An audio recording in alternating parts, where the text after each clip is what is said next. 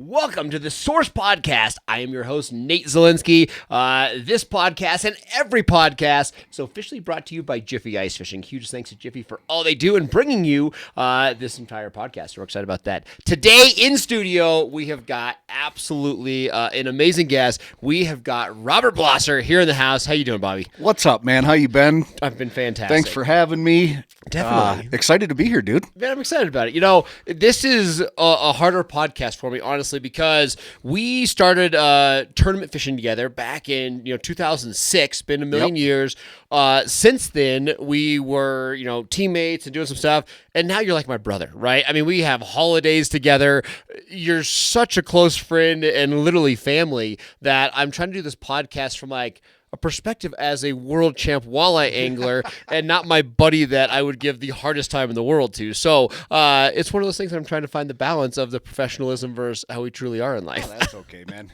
Throw the punches if you got them. I like it. So, want to do an intro, right? So again, we started off our careers fishing together, but known you since 2006. We tournament fished together. You were the angler that I looked up to, and as we tournament fished, you skyrocketed your career. To this day, you're the only professional walleye angler that has 3 Angler of the Year rings. Is that correct? I believe so. I'm not 100% positive. I know Gary Parsons may be right there too. Okay. But that was back before the internet, so some of them records are hard to find. But I believe it may be just myself or him and I. Yeah. So, I mean, literally, we're talking the Angler of the Year is probably the biggest title that everybody goes for, right? We all want wins. We all want big money. But Angler of the Year has a chosen category because you've proven yourself from the beginning to the end. Rivers, natural lakes, reservoirs, the Great Lakes, every technique. You don't get Angler of the Year unless you have proven yourself in all categories. Pretty much. I mean, everybody wants to win, Yep. right? We're there to compete. We're there to win. But to win Angler of the Year is a whole different level, right? It's something that I hold very, very near and dear to myself. But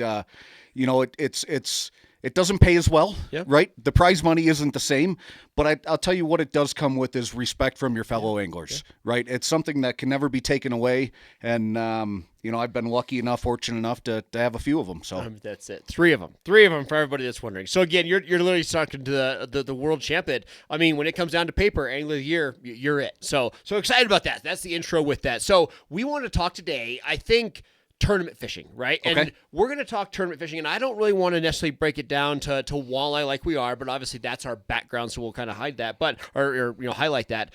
With tournament fishing, right?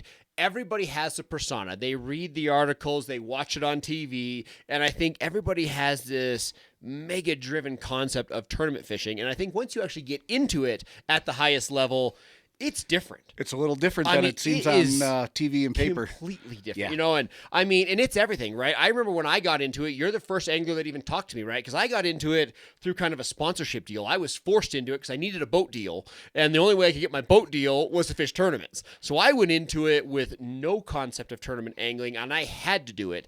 And I got into it, and I'm like, I can do this, right? I catch fish all the time. And I was totally off. You more got into the tournaments for the competitive side of it. Yep. You had kind of a concept going into it. So I looked up to you and we hit it off. But like when I got into it, the first thing and foremost, I got into it and I was like, everybody's alone. And all of a sudden I'm like, man, they're a team. No. They're working together. Yes. How is this? And I mean, again, everything just changed. And when you talk about huge bodies of water and breaking things down, and I just didn't have a concept of it. But today we want to talk to you tournament angling.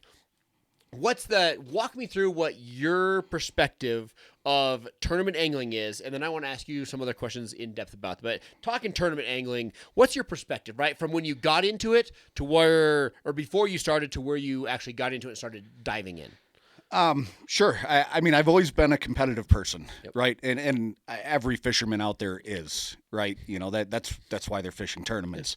But it was instilled in me by my grandpa, my family, right? We're an outdoor family to begin with. And I can go back to one specific trip with my grandpa. One of the first times I fished for walleyes, it was just one of those grandson, grandpa fishing trip moments that I'll never forget. And that's where I got the walleye bug. Okay. And from there, I just started dabbling around and had a tournament come to the lake I live on, or lived on. And couple of the anglers in that tournament reached out to me as a local just for some advice for their tournament. I wasn't fishing tournaments yet, was just dabbling around. And I didn't know any better, right? So I freely gave information away. Yep. Just so happens that the two people that contacted me finished first, second in that event. So I went, maybe there's something here. So the following year I dipped my toe in and had some success and just slowly grew through the ranks, right? Started at the regional level and then went to the more few states and then jumped on the national side. Yeah. And it never looked back. It just, never looked back. Just crushed it. I love it. Now, with that, persona-wise, as I started following, we started fishing together. And again, this is still fairly early in your career as you started all this. And, all of a sudden, I started to realize real quick how hardcore you were, right? And that's where one of these days, like the first time that we went to a big water event, right? We're in the UP fishing Big and Little Bay to knock, and it's a blow day. And it's a day where a lot of anglers stay in their hotel room, which I was like, absolutely. I am staying in. I'm going to tie rigs. You're like, all right, man, when we go out, you cover this, I'll cover. And I'm like, what? We're going out? And you're like, yeah, we're going out. There are no blow days for successful anglers. What are you talking about? And all of a sudden, I was a pre-fisherman that I was like, hey, the tournament starts at 7, so let's start at 7. Let's end at 3. We're going to fish tournament out. And, you're out from dark to dark. There was no blow days. There was no stopping. And I was like, this guy is crazy. Then, on top of that, the first day, I was like, you're like, hey, we're going to run here. And I'm like, dude, those are big waves, and that's 50 miles away. I can't do that. And you're like, we're going to do it.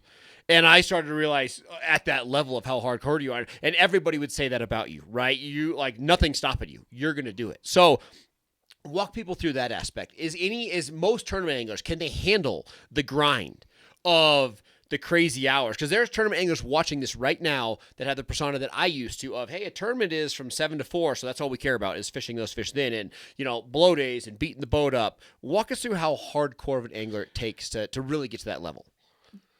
There are no blow days and there are no days off, right? Even in the off season, you're always doing something to better yourself, whether it be gear prep, whether it be, playing with new innovative lures or trying to refine something or adding tech to a boat or setting your boat up to be more efficient because, you said tournament hours are from 7 to 3. Yep. That's all the time you have to make it happen. So being very organized and making the best use of every second of that time you have is a lot of times the difference between a good finish and an okay finish. Yep. You never want to be late to check in, right? So you have to factor your travel time in, right? But you don't want to be in 15 minutes early because I cannot tell you how many times over my career I've caught a key fish at the buzzer. Yep. Right? You like fish seconds. hard, you fish to the end. And the more organized you can be, the more efficient you can be through every process will definitely show over a long period of time, right? It's look at all those minutes that you got more so than the other anglers over a period of time. Okay, maybe I got 2 more minutes of fishing time during this event. Okay, take that times 5 events per year. There's 10 minutes over another 10 years that, there's 100 minutes. So I got that much more time just by being efficient.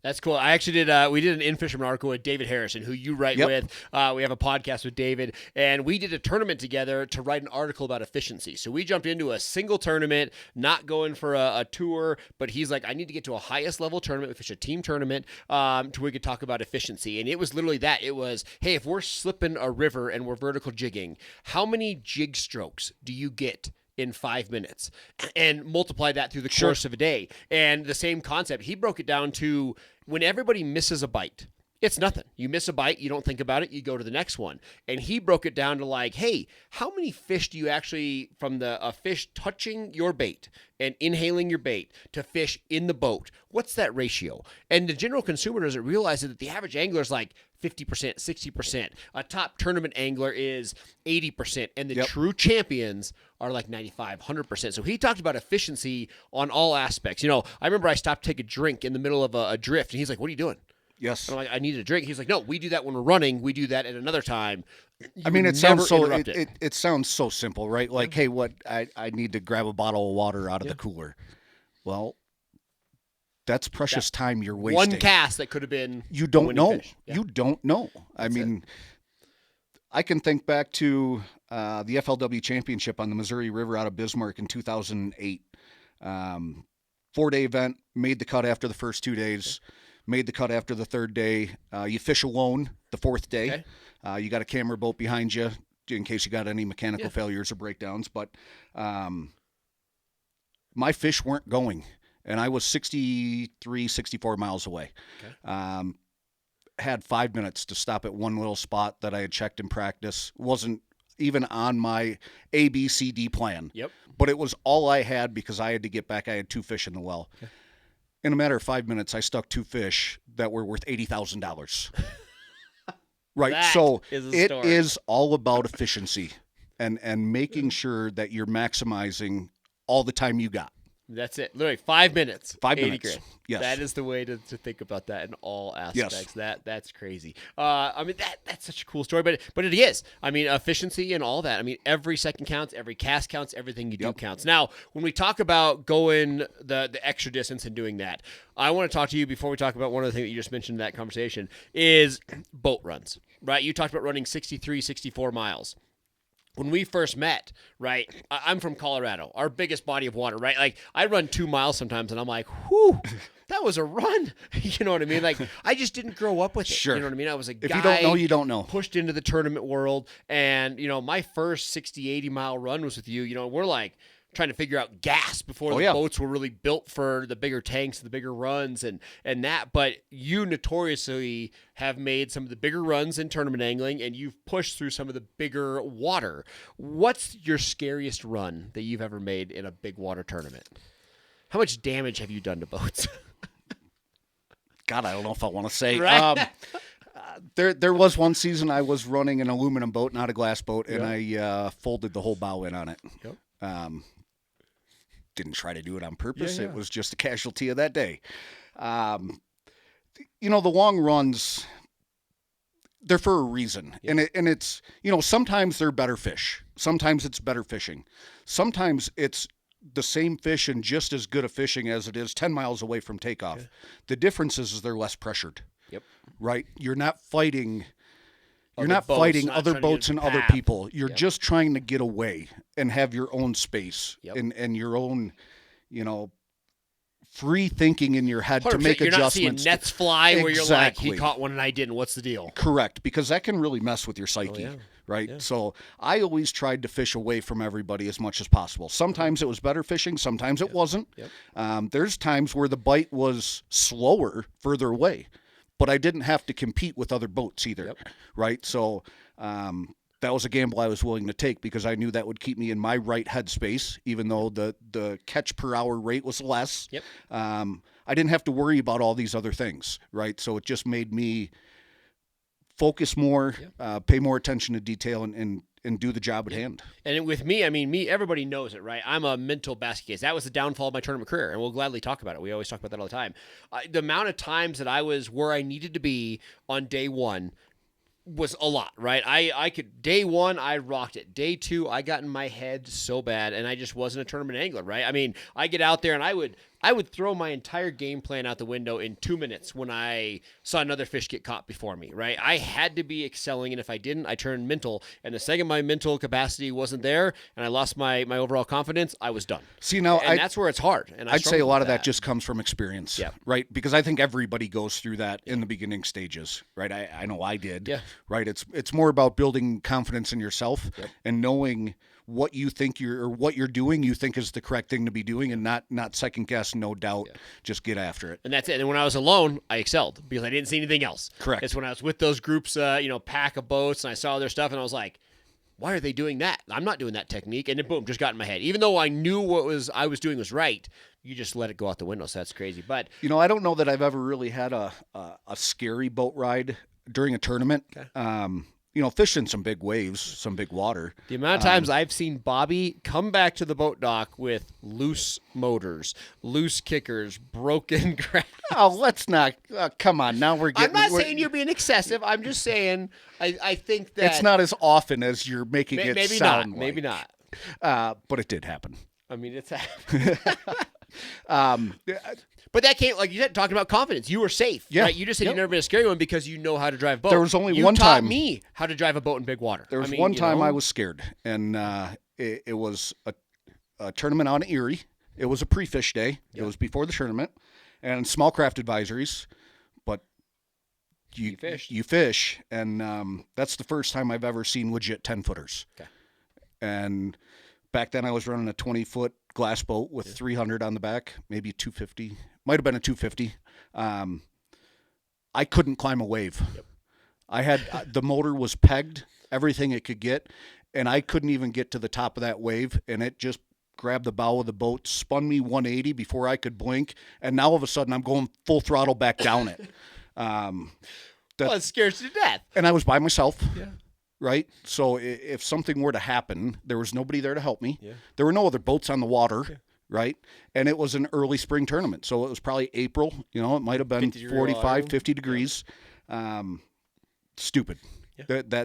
That's the one and only time that I had to give myself a reality check and go, what are you doing, you fucking idiot?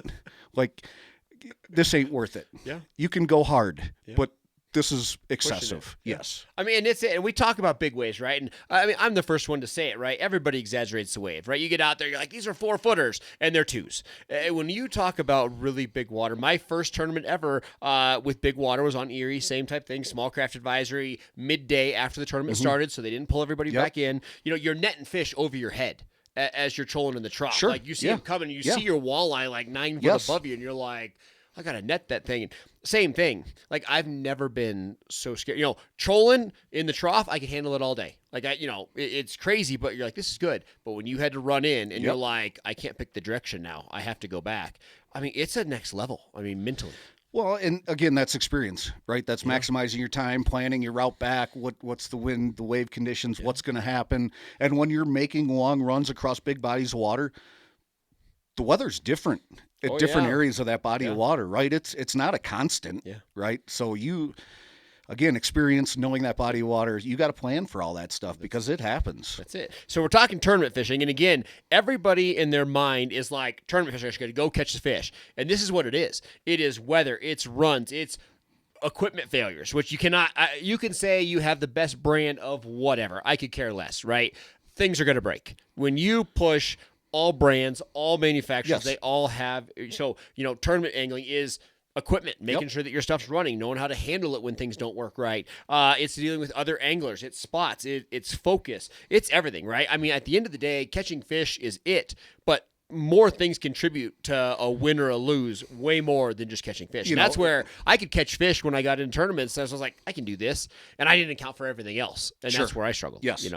And if you don't know, you don't know. That's it. Right? That's experience. A lot of people, you fish tournaments. You get to go out and sunny 70-degree, flat calm, and soak a night crawler and, have a blast. Some days it's like that, but not many. Not many. Yeah, that's the rare side. Yes. Okay, so the true reason I wanted to really pick your brain on tournament fishing is this next concept, and we beat around the bush with it. This is, I don't want to say it's like the taboo. We don't talk about this because it is tournament angling, but I want to talk about it.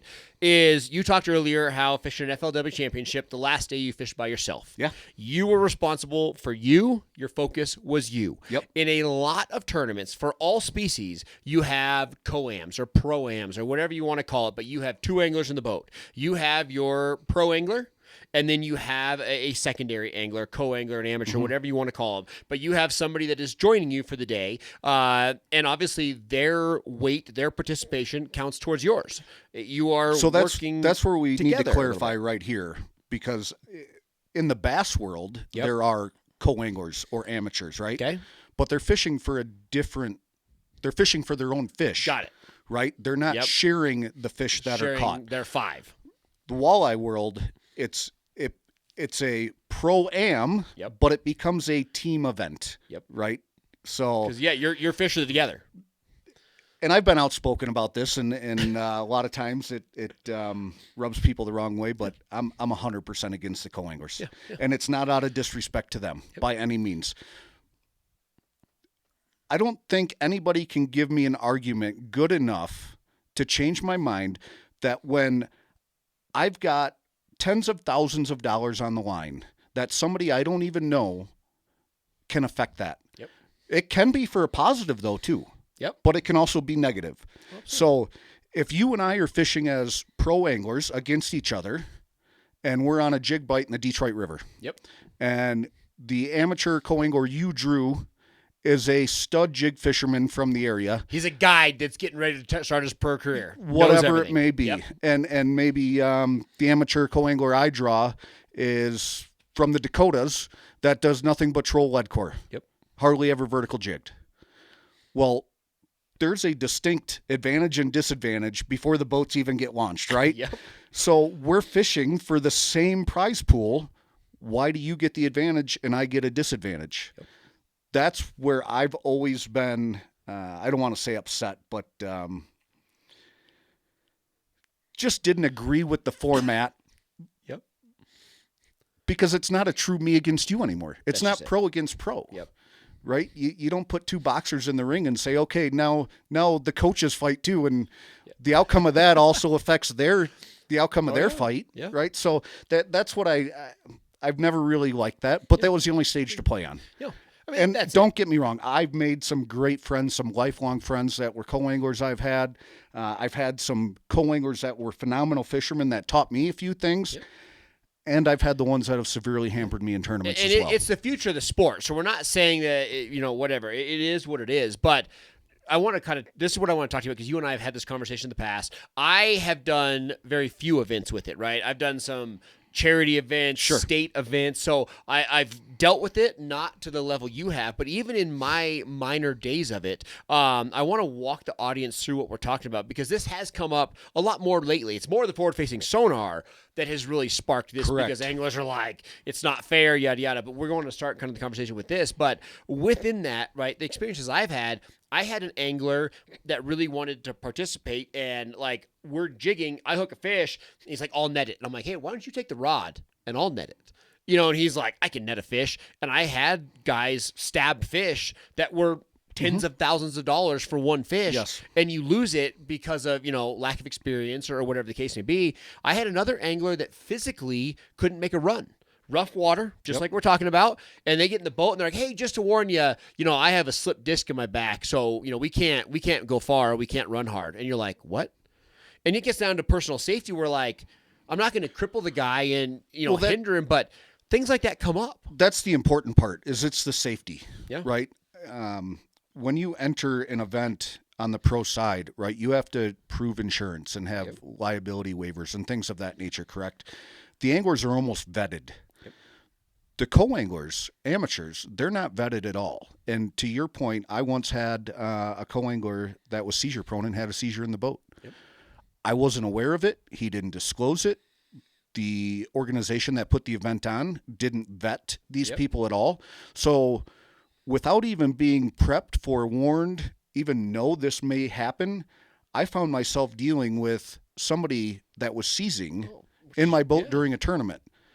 I'm not a medical professional. Yeah. I was scared shitless, man. I didn't know what to do. And I could care less about the tournament at that point, man. I got somebody like having a seizure in my boat. Like that, this is first and foremost. But to me, it's unfair that I wasn't prepped. Absolutely. I wasn't made aware that this was a possibility, and everything turned out fine at the end of it. Come to find out, he's like, "Oh yeah, they happen all the time." Well, a heads up on that, obviously, you'd have been, heads up would have been great, man. Like, I wouldn't have had to change my pants. Right? Exactly. But that was really scary. Yeah. I've had them fall out of the boat before because of balance issues, right? They're used to fishing a small lake, and now we get on big water. Just fear. And, I mean, the amount of co-anglers, I had another co-angler that was doing it for the guide trip aspect. They didn't have a goal to be a true. They're like, I want to learn some stuff. This is cool. Sure. And they treat it more as like, hey, this is an inexpensive way for me to learn. And they almost treat it like a guide trip when it's like, hey, this is my professional career. Which rightfully so. I mean, they're allowed to do that, and good for them, because that's available for them to do. That's where I put more ownership back on the organizations. Yep. Right. Not setting forth a safe structure, vetting the participants, qualifying, things of that nature. to reduce risk and minimize liability on everybody. And right? That's it. Everybody involved. And that's it. And it's crazy because, I mean, some tournaments, some species are thriving more than ever, and then a lot of tournaments are kind of somewhat going downhill. And it's for a lot of reasons, right? It's for technology, it's for money, a stance, right? Everything used to be covered on TV. Now TV is not as popular, and right, there's a million different reasons of why things go up or down. But the co-angler, 2 participants, pro-am, all that type of thing, it's been a very hot topic lately. And that's one of those things that we want to do this podcast, just talk about it, because I think the general angler doesn't ever see that side of things like we talk about. They don't see behind the scenes. They don't realize, and think about that, hey, they're like, oh, that's cool that he had, so-and-so on the boat. But depending on which side it goes, it comes down to a very big disadvantage or advantage. But the pro gets judged no matter what. You know what I mean? And it's not like at the end of the tournament, you're calling your sponsors and being like, oh, I had, my co-angler couldn't run, so I couldn't do it. Like, it's up to you. There's no stance behind it. Yeah. Like, that's not an excuse. Yeah. Right. Everybody's playing on the same stage. Everybody gets the advantage or disadvantage at some point in time. Yep. But it shouldn't be there, in my opinion. Yep. Nope. Right. I hear that. Now, you can have that co-angler or amateur in the boat with you. They should be fishing for their own fish. Yep. Right, just like on the bass side. That's why it works perfect on the bass side. Yep. They bring their own gear. They fish for their own fish.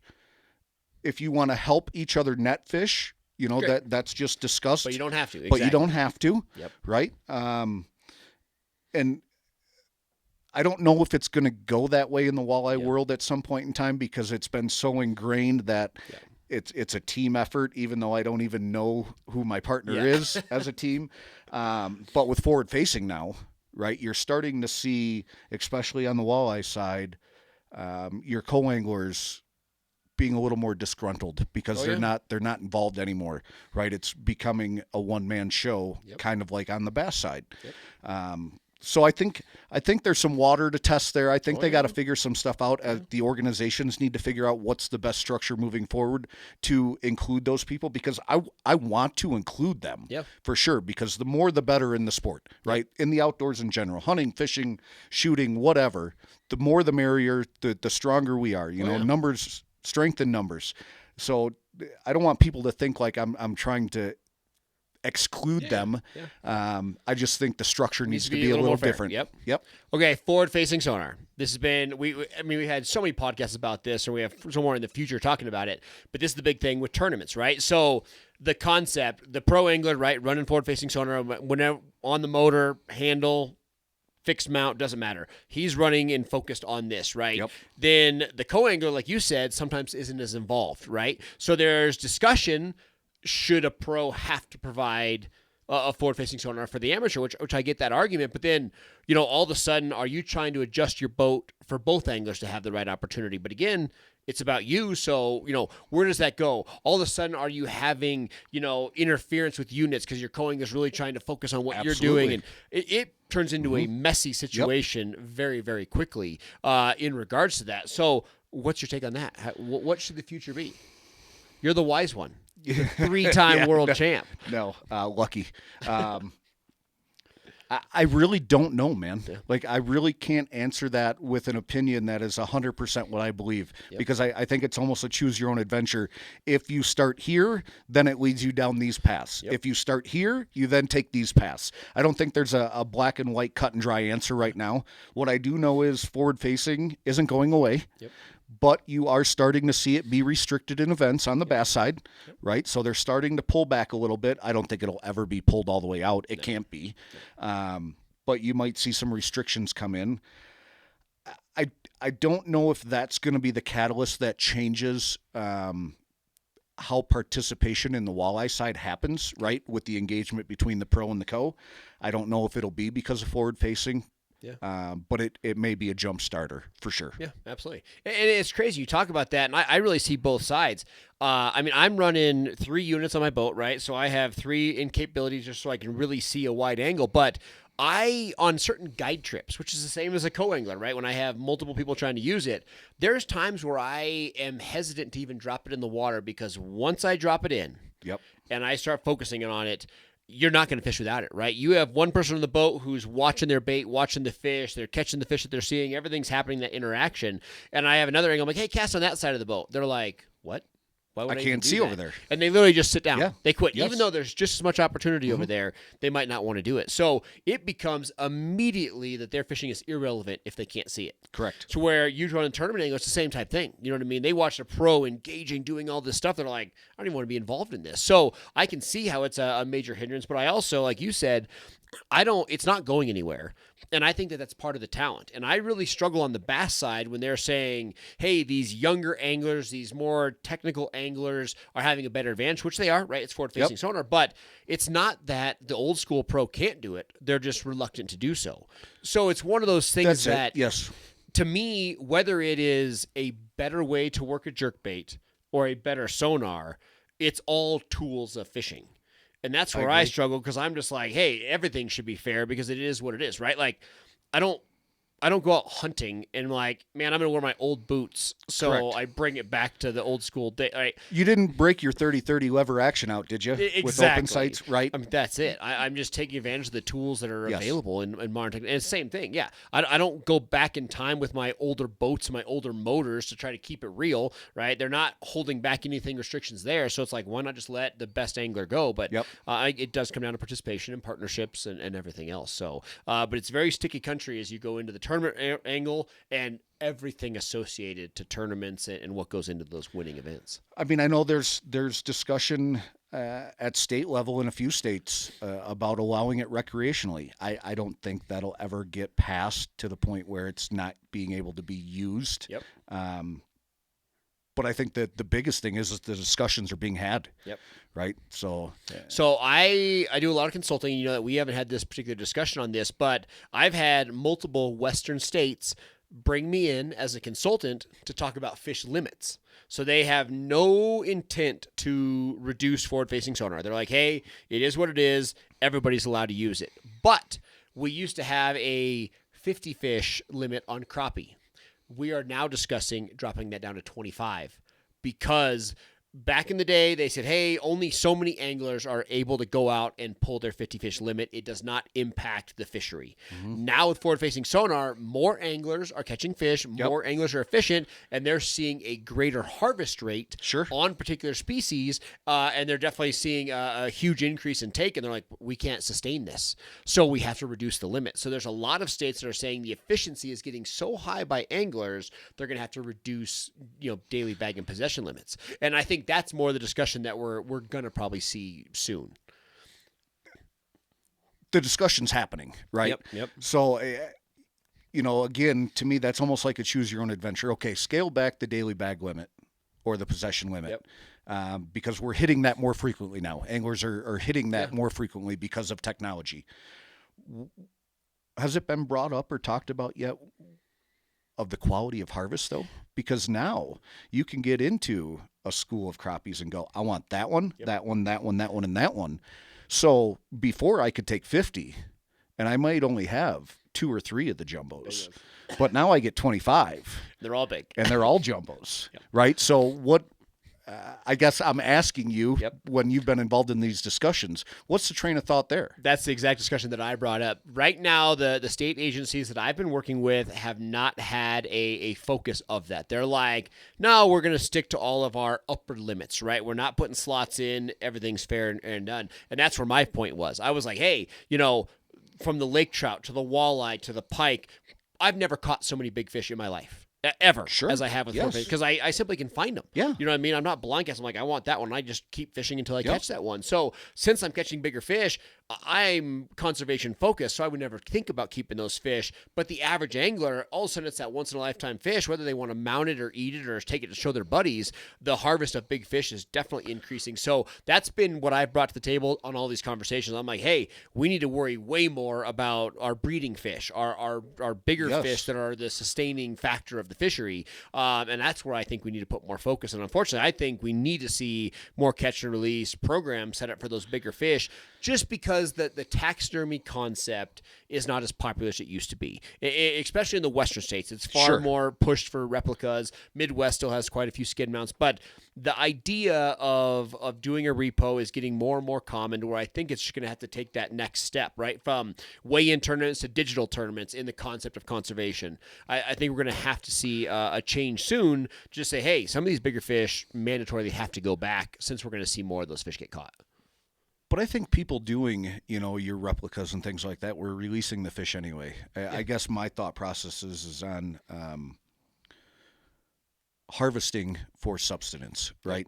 So if I'm out catching perch that I'm putting in my freezer for a fish fry, right now I'm going to go get the 25 biggest perch because I can tell them apart. You can. Right? I think that's where the states need to be thinking. Okay. Fish and Game needs to be thinking and being proactive instead of reactive, right? Because the last thing we want to see is a huge decline in game, whether it's fish or big game or what a small game, whatever the case may be. Be proactive, right? Instead of reactive, because I think we've seen all too many times that it's always a reactive approach. Than it is a proactive approach. No, and it's sticky ground to go on, and we're saying all this type of stuff, and I mean, it's hard, right? Because we have our opinions on it, and I got called out by a great friend of mine, this female hunter, who probably said it straight to me first, and I'm just going to throw it out there because this is the biggest thing to put me in my place. I have so much focus on releasing big fish, and she goes, "Hey Nate, it's funny." She goes, "You've sent me about 10 elk pictures over the last decade."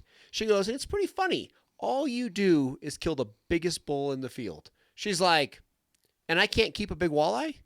She's like, "Why are you playing God? How come I can't keep a big walleye? Because it's so important to release them for the breeding of the fish. But yet, I've never seen you shoot a small elk in focus of that." How'd that feel? I didn't really like it. I didn't know how to respond. So that's where we're having these conversations. But it's hard. And that's where I guess it comes into play when I have these state agency conversations.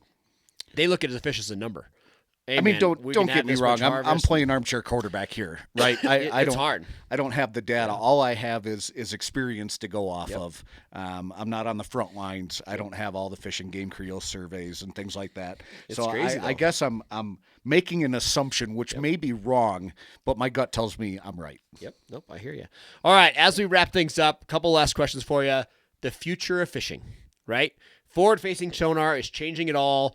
It's reducing the overall business side of fishing, which is crazy. People don't understand this whatsoever. But, I mean, we talked about this with David Harrison on the marketing side of things. But, I mean, and it's the truth. Where I used to have every color, every bait ever made, and now I'm like, man, I can throw a jig head with a crawler as long as I put it right on top of that fish. That fish wouldn't swim 5 feet to hit that, but if I put it right on its head, it's going to eat it. So I'm catching fish with less tackle, less quality. Catching more and better quality fish of all aspects with less tackle. Right. Less equipment needed. So it's changing everything. You know what I mean? What's the future look like, in your opinion? Are tournaments going to go up or down? Is the general consumer? I think there's a few directions there, but I'm going to back up a little bit and I'm going to play devil's advocate on the positive side and say I think that's good, because that now allows more people to become involved and have success. Or quicker path to success. You want to take your grandkid out fishing, or, your kids out fishing. Obviously, the goal is to catch fish, right? So the easier it can be to catch fish, the more enjoyable the experience is going to be, the more people that are going to stay with that hobby or stay in the industry. So I think that's a huge positive. I also think that you're going to see a huge quantum leap in tackle innovation. I also think you're going to see a big leap in price of tackle. I think you're going to see a focus on quality and uniqueness that's going to come with the price. Because let's be honest, the manufacturers have to make it up somewhere. That's exactly right. So instead of buying 6 crankbaits because I control with 6 rods in Wisconsin, I'm buying 6 jigs. And that's it. I only need 1 rod. I only need 1 reel. I don't need 6 rods, 6 reels, 6 planer boards. I don't need multiple spools of leader material. I don't need all the terminal tackle. I don't need, right? So there's the manufacturers are getting hit financially for sure. Where I'm excited is I want to see what kind of innovative products come from this revolution of forward facing. Yep. I mean, that's it. And we're just in the process of that, right? You're seeing baits with more flat sides, so it presents a better target to that. We haven't really even dug into material. Once we start doing... Some companies are. But you know what I mean? Like, once we really start getting into magnetizing bait, there's a lot of stuff that in time can start working together where you're going to see some crazy stuff that's going to, are you going to get it to where your sonar is going to track your bait? I mean, there's a lot of crazy stuff that I think we're going to see down the road. I think anything's possible, right? Because tech is evolving so quickly. Anything's possible. I'm going to just throw this out there. This isn't because a birdie told me or I have any knowledge, but I think you're going to see tech companies get into the bait side. And it might be under a different company name, but under the big umbrella. I agree. I think that's coming. Very much. And I think the future for it's huge. And I mean, as we talk about the future, kind of last concept here is the future, right? So the bass world has done such a good job of making bass fishing cool. Yep. High schools, kids. Sure. There's more anglers that want to do that, but the general angling is going down, right? So youth is going down in a lot of categories. In the bass side, it's going up. So it's kind of a mixed concept on the youth angling. But forward-facing sonar has changed it for kids, right? My kids, 12 years old, love fishing. Sure. They love it. But all of a sudden when we get on the boat, I'm like, hey, we're going to go fishing. They're like, we're going to use live, right? And I mean, their excitement level of watching it interact, right? It's a world where kids are techie. They're on their phones. They're doing all this stuff. If we can fish live, they are into it. The second it's not a live technique, I'm like, we're going to go pull boards. They're like, I'd rather fish live, Dad. Can we just do that? So it's cool because I think it's bringing on a different audience that is finding new ways to engage. It's a product of tech, right? Yep. But we're us as a society want instant gratification. Yep. Right? I think forward facing just provides that in the way of your learning curve is exponentially accelerated in fish reaction to this bait, or what does it do to this bait, or how was this color perceived by this fish, or slow drop, fast drop, this kind of line. It just increases that learning curve so quick. And I think as society, because we want instant gratification and we're thirsty for knowledge, they're hungry, they're thirsty. They're getting all that knowledge right then and there, instantly. Though, right? They don't have to go, okay, well, I've had these colors out for the last half hour. I'm marking fish. Are the fish not eating? Is it the bait? Is it this? Yep. Let me bring everything in and change. So it takes you 4 hours to cycle through a couple baits. Yep. With forward facing, and you can cycle through 4 baits in 5 minutes. Yep. Even quicker. Yep. Because you can, in some aspects, cast multiple baits to the same fish. Yep. Just to figure out what he actually wants, right? So you're satisfying that hunger for knowledge a lot quicker. I agree 100%. All right, last question of the podcast. Robert Blosser, Bobby, the world champ. What do you want to be when you grow up? I like where I'm at now, buddy. Like we are right now? Yeah. Professional hunter extraordinaire. No, professional should not be included in that statement at all. You're a foodie. You love to hunt. Yeah. Spend a lot of time with your family. Yeah, just like the outdoors, man. I love it. Yeah. Awesome. All right, guys. This is the Source Podcast, again brought to you by Jiffy Ice Fishing. Huge thanks to Jiffy to allow us to have all these conversations about so many things, industry, education, everything. But I hope you enjoyed today's guest, Mr. Robert Blosser, 3-time world champ angler of the year in the walleye world. So, Bobby, thank you so much for coming in. No problem, really man. Appreciate your time. Appreciate it. All right, guys. Again, Nate Zielinski with Jiffy Ice Fishing.